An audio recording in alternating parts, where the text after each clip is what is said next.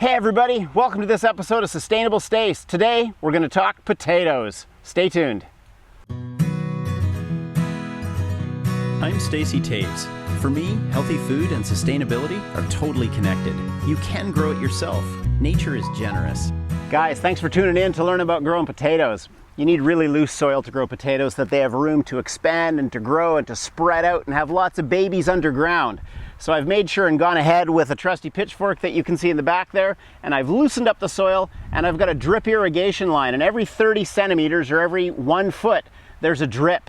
So after loosening the soil, I've made sure with the drip line on to test that I'm going to dig a hole for every potato I'm going to plant every foot or every 30 centimeters. So the water will be sparingly little, just a drop, drop, drop every few days at each point where we're going to plant a potato.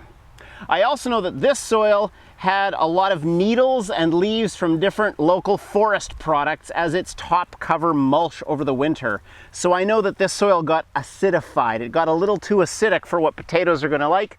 So here I've got just a little bit of lime, and I'm just going to sprinkle a little bit of lime down the row so that the soil is going to be pH balanced, so that when those potatoes get growing, they're going to be happy.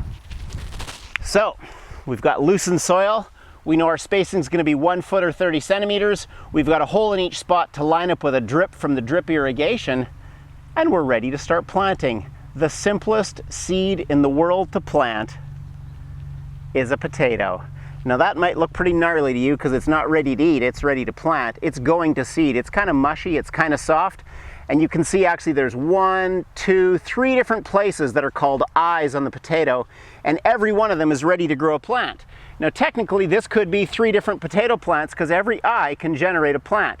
So I'm just going to show you, if you were short on seed potato, you could cut this off, and that right there would grow its own potato right there. You would just put this cut surface down, and the part that's sprouting would keep on spreading and growing. That's going to become the future of your potato plant.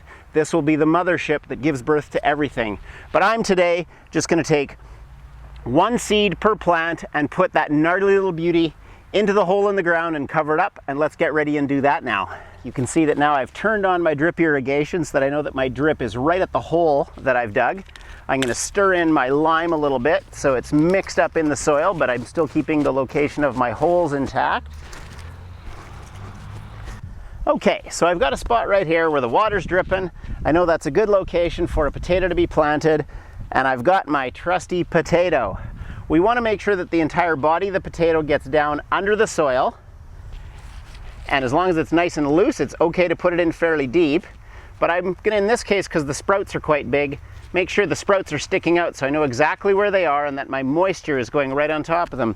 Next one, exactly the same thing. It's a foot over, 30 centimeters. Covering it up, making sure the potato itself is buried, but the sprout is sticking up. I'm just going to go along and do that because this is quite a short garden bed. It's only got room for 10 holes or 10 potatoes. I'm just going to put them all in, and I'll come back and show you next steps. So the beautiful thing about potatoes is they're very forgiving. If you've got good growing conditions, they're going to keep on growing. As long as it's warm, they're going to keep on growing.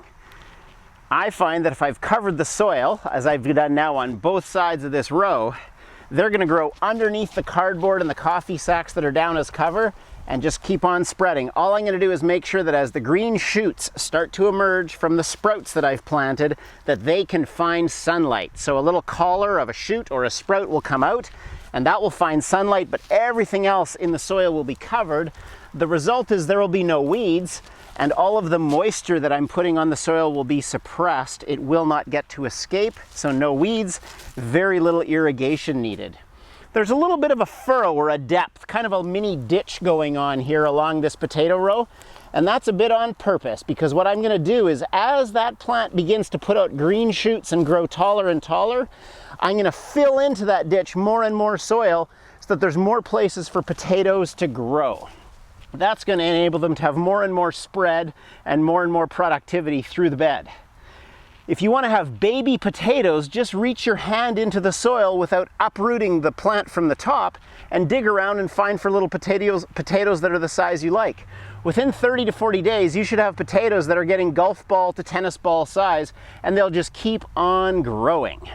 As you likely know, potatoes have very great storage ability in the right conditions, and every potato you don't eat, you can plant. So if you've got some great potatoes that you've been able to grow or get from a friend, save them in a dark paper bag, in a dark, out of the way, dry place that's well ventilated, and in spring when it's time to plant, once the frost has passed, you can do exactly what we did here today with your own potatoes. So if you don't eat it, plant it. So something I'm really excited about sharing with you guys in this video is not just the planting and the guarantee that this system's going to work, because we've got moisture right to the plant, a really nice tight spacing for maximum productivity, and we've covered the soil so there's not going to be any encroachment of weeds. But I've proven this method over and over to get the most potatoes in the smallest area of time, and I've got this awesome footage I want to show you now from last year growing the same way nearby to here. And I planted and I started to harvest at 80 days. And so the footage I'm going to show you now is at 80 days to see the size and the amount of potatoes that I was getting from just one plant of red potatoes like I planted today using this method. So if you don't pull up any of the potatoes and you don't harvest any new ones, the footage you're going to see now is the amazingness that comes when you wait for 80 days as I did last season. Check this out. I've been blown away. I've harvested about half the potatoes in this row now. I had a friend and his daughters over this week, and we picked the potatoes from one plant, and there was 6 pounds of potatoes. So if we get a harvest like that on another plant, this bowl won't hold what one plant provides. So I just want you to be here for this. Let's see what we get. Okay. You never know, right? So there's one. They're in there good. Okay, so we've pulled up the top, but now we're not sure what's down below, right? So you start digging up. You're seeing these? Okay. Just get those right in there. Okay, this is what I'm talking about, is when you get a potato that's that size. Do you see how big that is? Oh, just so you see, because we talked about wireworm in this bed affecting the lettuce. There's a wireworm right there, and it's actually coming out of the potato. Do you see it? Right there. There, pulled him out. That's him, that's a wireworm. So he's making a little hole in the potatoes. That's not going to make the potatoes bad. They're still going to taste great, but that's what's been killing the lettuce in this same bed. And I've got a plan for something we're going to do here that's going to be useful in the future for getting rid of these wireworms as well. But let's not get too sidetracked. And, oh, see here, there's another potato like this. It's just so cool. And when I get under this coffee sack that's here, that's the thing that surprises me, because the drip line's actually down there. Oh, look, another 2. So just so you're keeping track of the bowl here, how, you know, the weather's a bit weird, or the sun's a bit weird, but that's what's going on. I'm just gonna, seems like at this point, at day 80, there's no little potatoes. They're all biggies. Okay, just dig a few more times here with my hand to see that I got all or most of them. Pretty shocking. Okay, so I might be into the adjacent potato plant now. So that's from picking that plant, and you can see how hefty that is. I'm actually going to get my scale because I just love seeing how much there is. 1 second, I'll be right back. See what this one does here. Oh my goodness. So it's coming in at 8 pounds with the bowl included. So there's like 3.5 kilos of potatoes in that. So how ridiculous is that, eh? When you wait 80 days, that's the crazy kind of harvest you get planting potatoes with this system. It's amazing. I hope you've learned lots, you've been inspired, and you get out there right away or the next opportunity possible and you plant potatoes. If you've never watched my how to grow pole beans video, I bet you'll be inspired by that one the way you were inspired by this one. Check out how to grow pole beans.